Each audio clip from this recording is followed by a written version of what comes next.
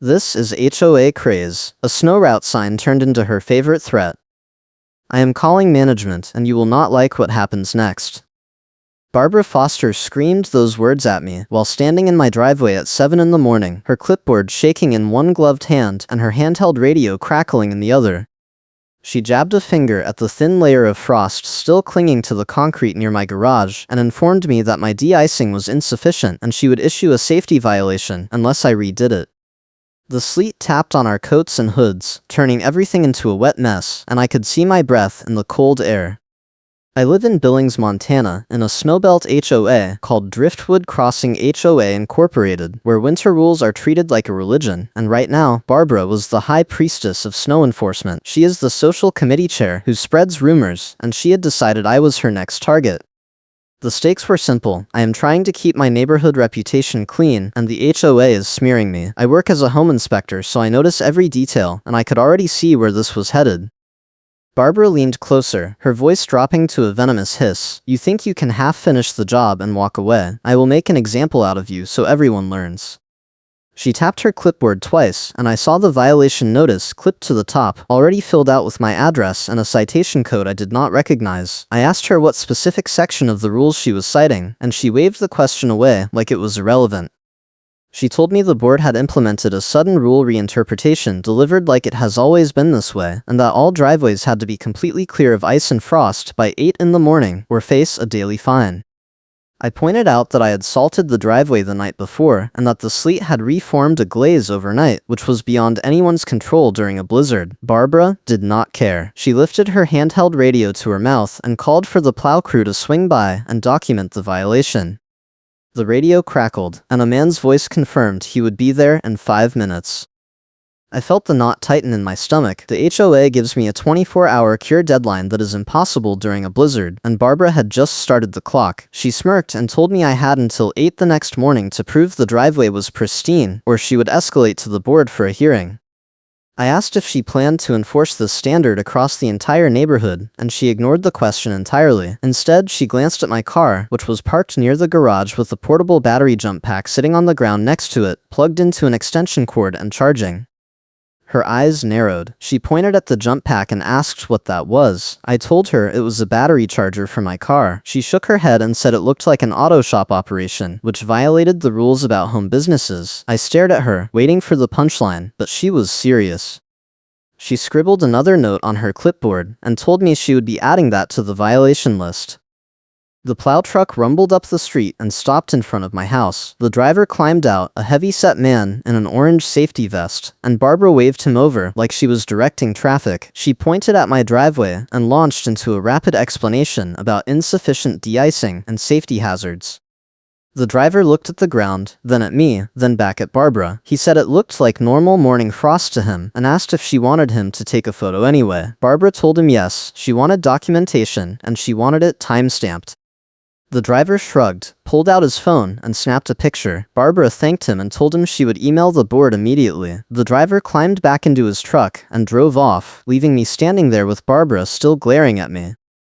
I took a deep breath and asked Barbara if we could talk to management together and clarify the rule. She laughed and said management would back her completely because she had been enforcing these standards for years. I did not argue, I just nodded and told her I would handle it. She told me I better, because she could find me daily until the snow melts and I cry. She said it with a smile, like she was enjoying the image. Then she turned and walked back toward her own house, her boots crunching in the slush, her radio swinging from her belt. I watched her go and felt the anger building in my chest. I went inside, grabbed my phone, and started making calls. The first call was to the Driftwood Crossing Management Company. I got a voicemail. I left a message explaining the situation and asking for a callback. The second call was to my neighbor 2 doors down, a quiet man named Ed, who had lived here longer than anyone. Ed answered on the third ring, and I told him what had just happened. There was a long pause, and then Ed said something that made my blood run cold. He told me this happened to them too.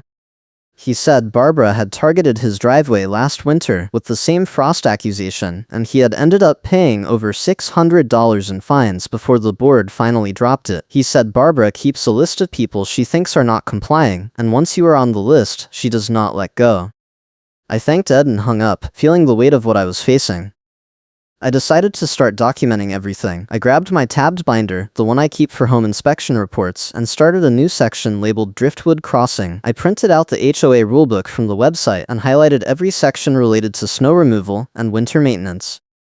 I took photos of my driveway from multiple angles, showing the thin frost layer and the salt residue from the night before. I took a photo of the battery jump pack with the timestamp visible. I emailed the management company again, this time with attachments, and requested a formal clarification of the frost rule and the business operation accusation. Then I waited. The reply came 3 hours later. The management company said they would forward my concerns to the board and that someone would respond within 2 business days. I stared at the email and felt my frustration spike. 2 business days meant Barbara would have already filed her violation and started the fine process. I needed faster action. I called the management company directly and got a receptionist who told me the community manager was out of the office until tomorrow. I asked if there was anyone else I could speak to, and she said no. I hung up and stared at the ceiling, trying to figure out my next move. That afternoon, I went out to check my mailbox. The sleet had stopped, but the temperature had dropped, and everything was freezing solid. I walked carefully down the driveway, noting the patches of black ice forming near the curb. When I reached the mailbox, I found a bright orange envelope clipped to the front. I pulled it off and opened it. Inside was a formal violation notice from the Driftwood Crossing HOA, citing me for insufficient de-icing and unauthorized business activity. The fine was $200, due within 10 days. There was a second notice stapled behind it, informing me that if the driveway was not compliant by 8 the next morning, an additional daily fine of $50 would begin accruing. I felt my hands start to shake. I looked up and saw Barbara standing in her driveway across the street, watching me. She waved. I walked back inside and sat down at the kitchen table. I opened the binder and added the violation notices to the growing stack of documents. Then I started researching. I pulled up the Montana HOA statutes and read through the sections on fines, hearings, and enforcement procedures. I found a provision that required the board to provide written notice of any rule change at least 30 days in advance, unless it was an emergency. I checked the HOA website and the resident portal for any announcement about the frost rule reinterpretation. There was nothing. I screenshot the portal homepage with the date visible and added it to the binder. Then I emailed the management company again, this time citing the statute and asking for proof that the rule change had been properly noticed. I did not expect a fast response, but I wanted it on the record. That evening, I went outside to resalt the driveway. The temperature was in the teens, and the wind was brutal. I spread a heavy layer of salt across every inch of concrete, making sure to cover the edges and the apron near the street. I took photos every few steps, documenting my work. When I finished, I went back inside and uploaded the photos to a cloud folder, organizing them by timestamp. I felt like I was preparing for a court case, and in a way I was. Barbara had made it clear she was not going to back down, and I needed to be ready for whatever came next. The next morning, I woke up at 6 and checked the driveway. The salt had done its job. The concrete was mostly clear, with only a few damp spots where the ice had melted. I took more photos, this time with the thermometer in the frame showing the temperature at 17 degrees. At 7:30, I heard the crunch of boots on the sidewalk and looked out the window. Barbara was walking up my driveway, clipboard in hand, radio on her belt. I grabbed my binder and my phone and went outside to meet her. Barbara stopped a few feet from the garage and looked down at the driveway. She walked slowly along the length of it, scanning every inch. I stood near the door and watched her. Finally, she turned to me and said the driveway was acceptable for now, but she would be checking again tomorrow. She pointed at the battery jump pack, which was still sitting near the garage, now unplugged and sitting on a piece of cardboard to keep it off the wet ground. She asked why it was still there. I told her I was charging it for a trip later in the week, and that it was not a business operation. She wrote something on her clipboard and told me she would let the board decide. Then she walked away without another word. I went back inside and called Ed again. I told him what had just happened and asked if he had any advice. Ed said the only thing that had worked for him was getting a lawyer involved, but that cost money and time. He also mentioned that a group of neighbors had been quietly talking about Barbara's enforcement tactics and that several people were fed up. He said if I wanted to push back, I might have support, but I needed to be careful because Barbara had allies on the board. I thanked Ed and told him I would think about it. Then I opened my binder and started planning my next steps. That afternoon, I got an email from the management company. It was short and unhelpful. The email said the board had reviewed my concerns and determined that the frost rule had been in effect for several years and did not require additional notice. It also said the battery jump pack issue would be discussed at the next board meeting in 2 weeks. I read the email 3 times, looking for any acknowledgement of the statute I had cited, but there was nothing. I replied immediately, asking for documentation of when the frost rule had been communicated to residents and in what format. I also requested copies of the board meeting minutes where the rule had been discussed. I did not expect a reply, but I wanted the paper trail. The next day, I woke up to find another orange envelope on my mailbox. This one contained a notice informing me that the HOA had scheduled a vendor to inspect my property for safety hazards and that the inspection would take place the following afternoon. The notice said the inspection was mandatory and that failure to allow access would result in additional fines. I stared at the notice, feeling the anger surge again. This was Barbara's next move, a vendor sent to alter something on my property without permission under the excuse of safety. I called the management company and demanded to know what vendor was being sent and what they were inspecting. The receptionist said she did not have that information and that I should contact the board directly. I asked for the board president's contact information and she said it was not public. I hung up and resisted the urge to throw my phone across the room. I decided to be home for the inspection, no matter what. The next afternoon, I took off work early and waited. At 3 o'clock, a white pickup truck with a magnetic sign on the door pulled up in front of my house. The sign said something about property maintenance, but I could not read the company name clearly. A man in a thick jacket climbed out, carrying a toolbox and a clipboard. I met him at the end of the driveway and asked what he was there to inspect. He said the HOA had called him to check for ice dams on the roof and to inspect the downspouts for blockages. I told him I had not requested any inspection and that my roof was fine. He shrugged and said he was just doing what the HOA paid him to do. I asked to see his work order. He handed me the clipboard, and I saw Barbara's name listed as the contact person. I took a photo of the work order with my phone, then told the man I was not allowing access to my roof without written authorization from the management company. He sighed, said he understood, and told me he would report back to the HOA. Then he left. I immediately emailed the management company with the photo of the work order, demanding an explanation. I pointed out that sending a vendor to my property without my consent could be considered trespassing, and that I wanted the inspection canceled. I also demanded a meeting with the board to discuss Barbara's enforcement tactics. The reply came 2 hours later. The management company said the HOA had the right to inspect properties for safety compliance, and that my refusal to allow access could result in a hearing and additional fines. They ignored my request for a meeting. I printed the email and added it to the binder, my hands shaking with frustration. That evening, I called a lawyer. I found a local attorney who specialized in HOA disputes, and I explained the situation. The lawyer listened carefully, asked a few questions, and then told me I had a solid case for harassment and improper enforcement. He said the key was documentation, which I already had, and that I should request a formal hearing with the board to present my evidence. He also said that if the HOA continued to escalate, I could file a complaint with the Montana Department of Justice, which oversees HOA compliance. He quoted me a retainer fee that made me wince, but I told him I would think about it. I hung up feeling slightly more hopeful but still overwhelmed. The next morning, I woke up to find a tow truck idling in front of my house. I threw on my coat and ran outside. The driver was standing near my car, looking at a clipboard and then at my vehicle. I asked him what he was doing, and he said he had a work order to tow a vehicle for an expired registration. I told him my registration was current and demanded to see the work order. He handed it over, and I saw my address and license plate number, along with a note that said the HOA had reported the vehicle as abandoned. I felt my blood pressure spike. I pulled out my phone and showed the driver a photo of my current registration sticker. He looked at it, looked at the work order, and then shrugged. He said he was not getting in the middle of an HOA dispute and that I should call whoever sent the order. Then he climbed back into his truck and drove off without hooking my car. If you are enjoying this HOA chaos, hit that like button and subscribe for more stories where the paperwork fights back. I stood in my driveway, shaking with adrenaline, and called the management company. This time, I did not wait for voicemail. I stayed on hold for 12 minutes until someone picked up. I told them exactly what had just happened and demanded an explanation.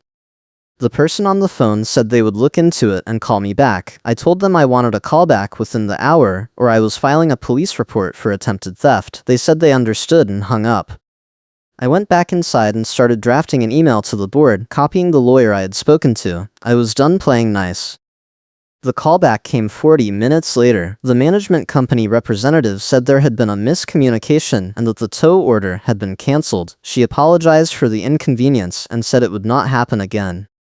I asked who had filed the tow request, and she said she could not disclose that information. I told her I already knew it was Barbara Foster, and that I was documenting everything. There was a long silence, and then she said the board would be scheduling a hearing to address my concerns.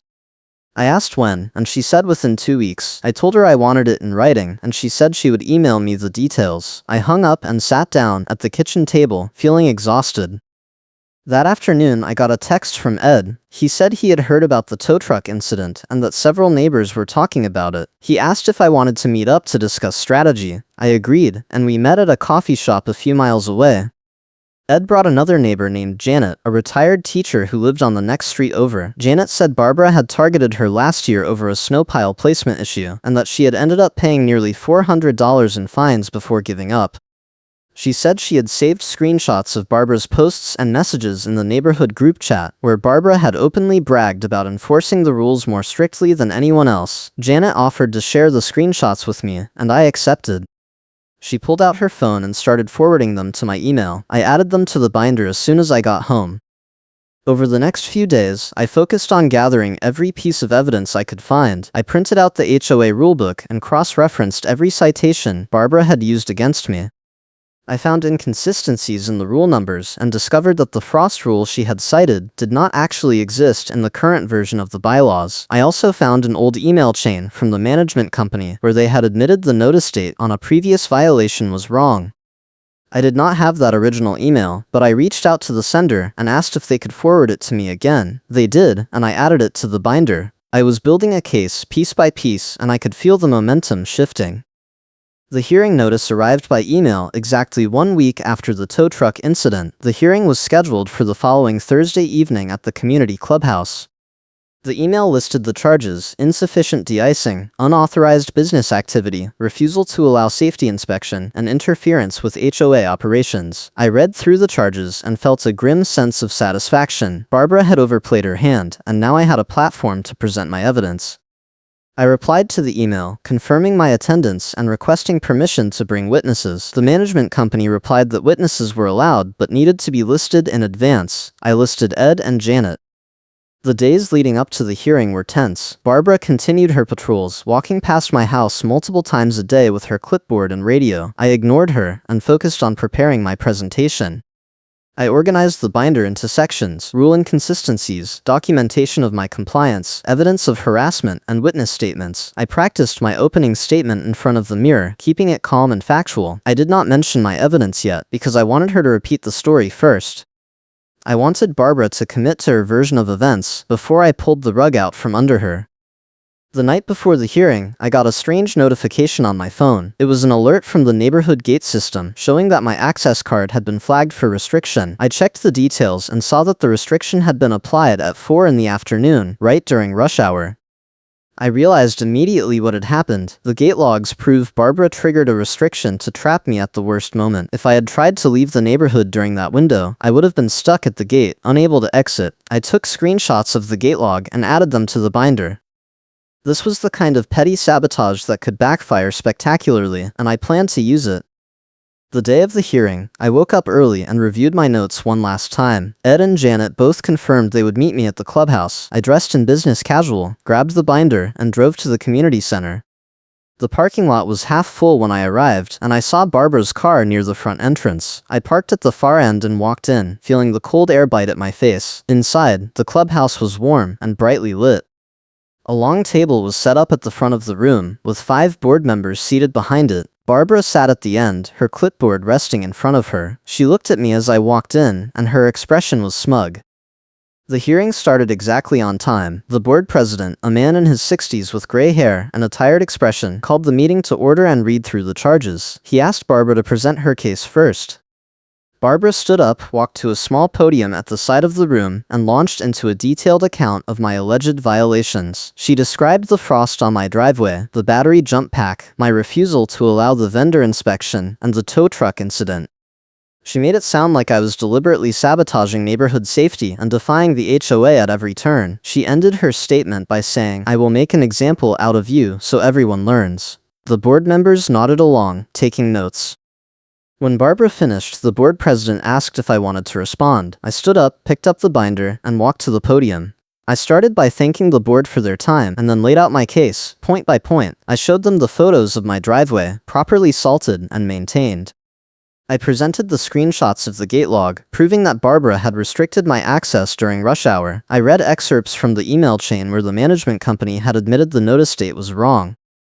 I showed them the rulebook inconsistencies and pointed out that the frost rule Barbara had cited did not exist in the current bylaws. Then I introduced Ed and Janet, who each gave short statements about their own experiences with Barbara's enforcement tactics.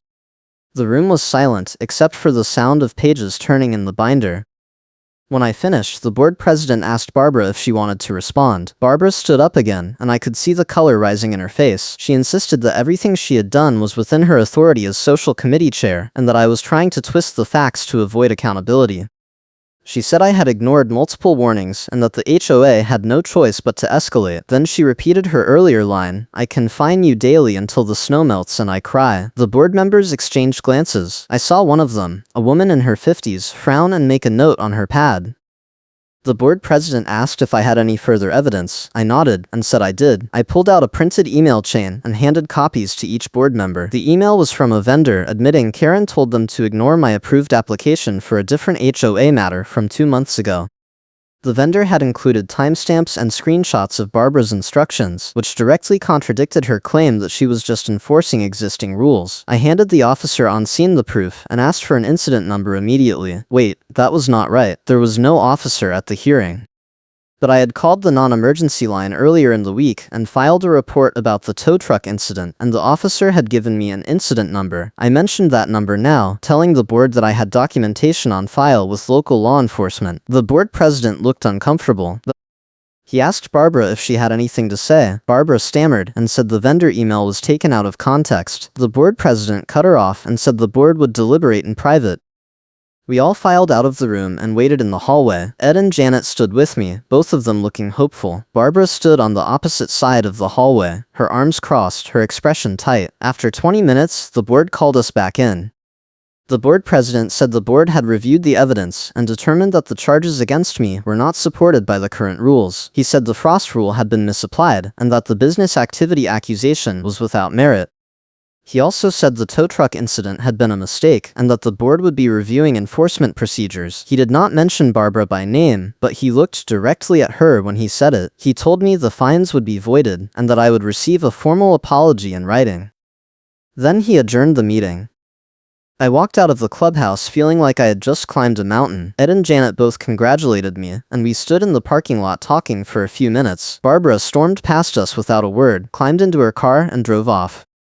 I went home and poured myself a drink, feeling the tension drain out of my shoulders. But I knew it was not over yet. Barbara still had her allies, and the board had only addressed the immediate charges. The bigger issue, the culture of harassment and selective enforcement, was still there.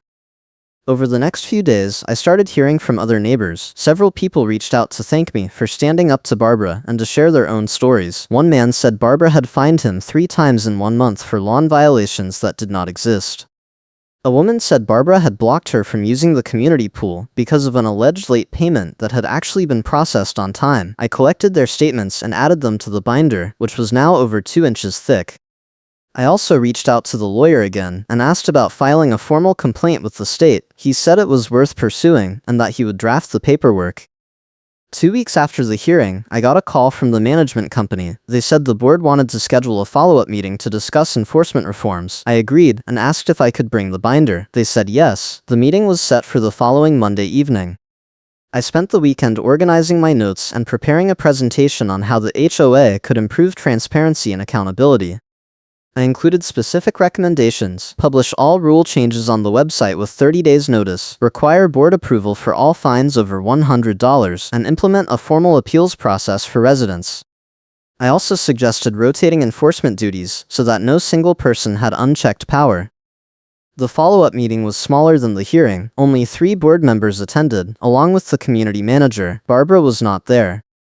The board president opened the meeting by saying the board had received several complaints about enforcement inconsistencies and that they were taking the issue seriously. He asked me to present my recommendations, and I went through them one by one. The board members listened carefully and asked questions.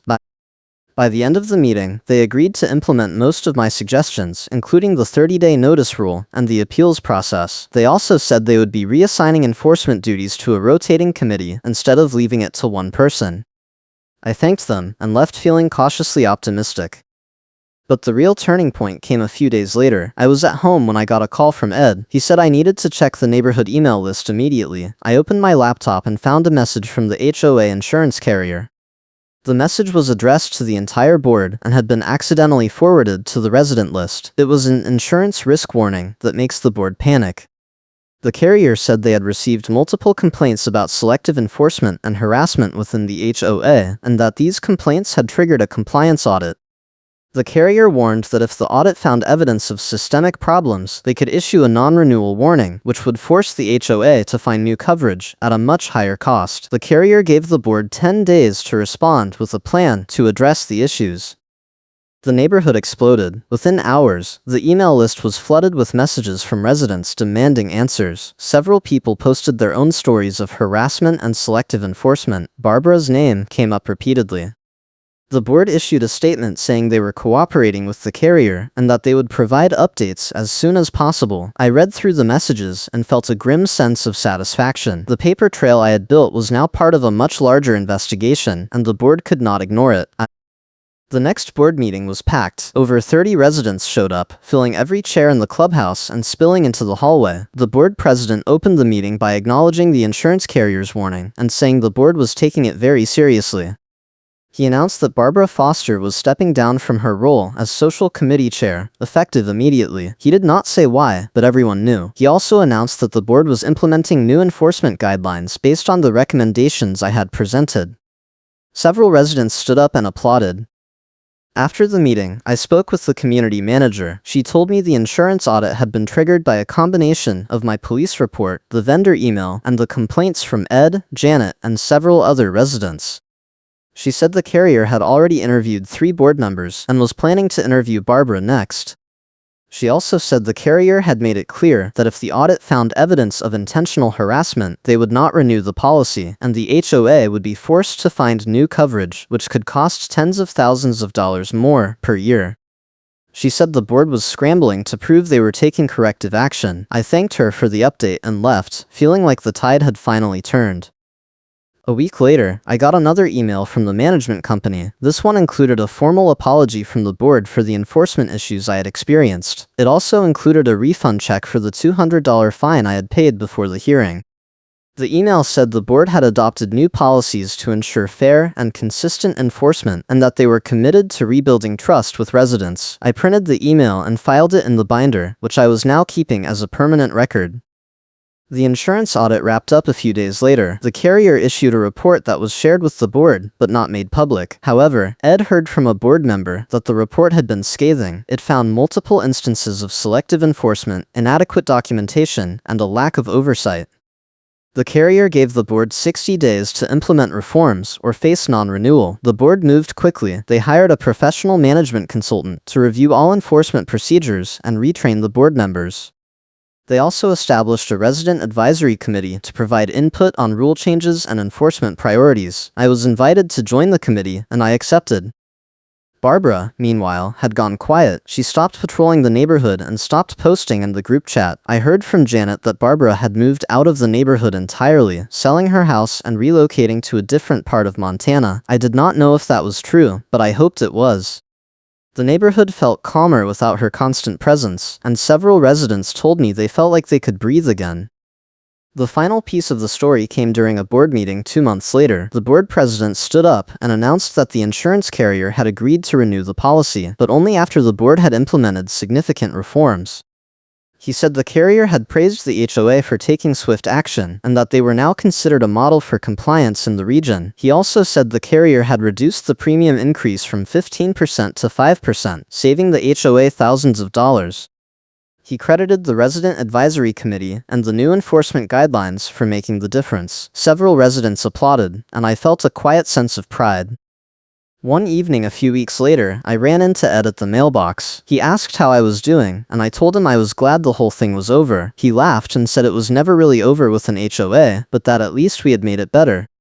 He also told me something I had not known. During the audit, the carrier had reviewed Barbara's enforcement records and found that she had issued over 300 violations in the past 2 years, more than any other board member, by a factor of 10.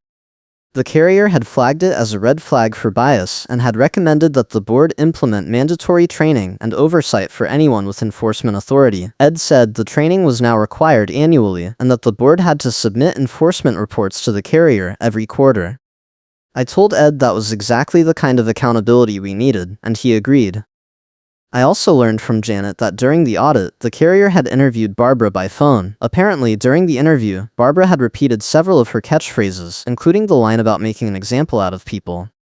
The carrier had recorded the interview, and when the board reviewed the transcript, they were horrified. One board member had told Janet that Karen gets embarrassed when her own quote plays on speaker, and that the board had decided Barbara needed to step down immediately.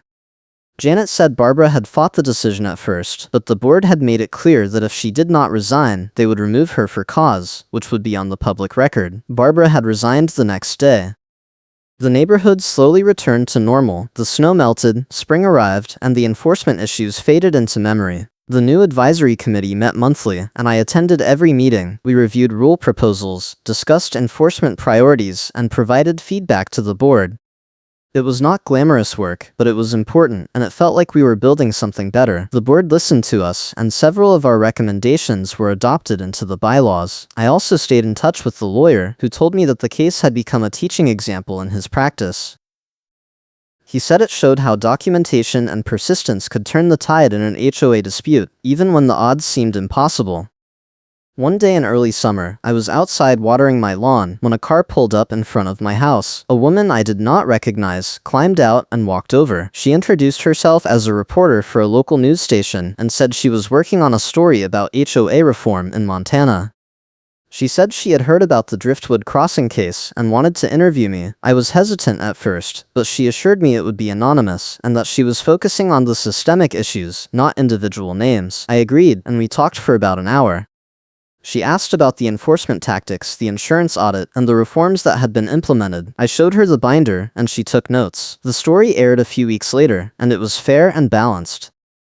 It did not mention Barbara by name, but it highlighted the importance of accountability and transparency in HOA governance. Several other HOAs in the region reached out to Driftwood Crossing to ask about our reforms, and the board started sharing our policies as a template.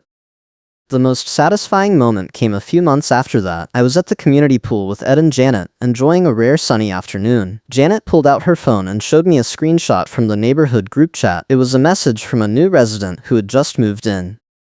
The message said they had chosen Driftwood Crossing because they had heard it was well managed and had strong resident protections. The resident said they felt lucky to live in a neighborhood where the HOA listened to residents and treated them fairly. I read the message and smiled. It felt like vindication. Looking back, the whole ordeal taught me a few things. First, documentation is everything. Without the binder, the photos, the emails, and the witness statements, I would have had no leverage. Second, persistence matters. Barbara had counted on me giving up, and when I did not, her whole strategy fell apart. Third, you are not alone. Ed, Janet, and the other neighbors who came forward made all the difference. And finally, systems can change. The insurance carrier's warning and the board's reforms proved that even entrenched problems can be fixed if enough people push for it. The HOA compliance process is audited and cleaned up now, with quarterly reviews and mandatory training. Karen gets embarrassed when her own quote plays on speaker, and the board made sure she knew it. The insurance risk warning that makes the board panic became the catalyst for real change, and the entire neighborhood benefits. And the funny thing is, Karen demands proof and then panics when I hand out copies. That vendor email, the gate logs, the witness statements, they all came back to prove what I had been saying all along. I still live in Driftwood Crossing, and I still serve on the advisory committee. The neighborhood is not perfect, but it is better. The board listens, the rules are clear, and enforcement is fair. Barbara is gone, and the culture she created is fading. I keep the binder on a shelf in my office, a reminder of what happened and why it mattered. Every once in a while, a new neighbor asks me about the reforms, and I tell them the story. I keep it short, but I make sure they understand the lesson. An HOA is only as good as the people who hold it accountable. I will catch you in the next upload.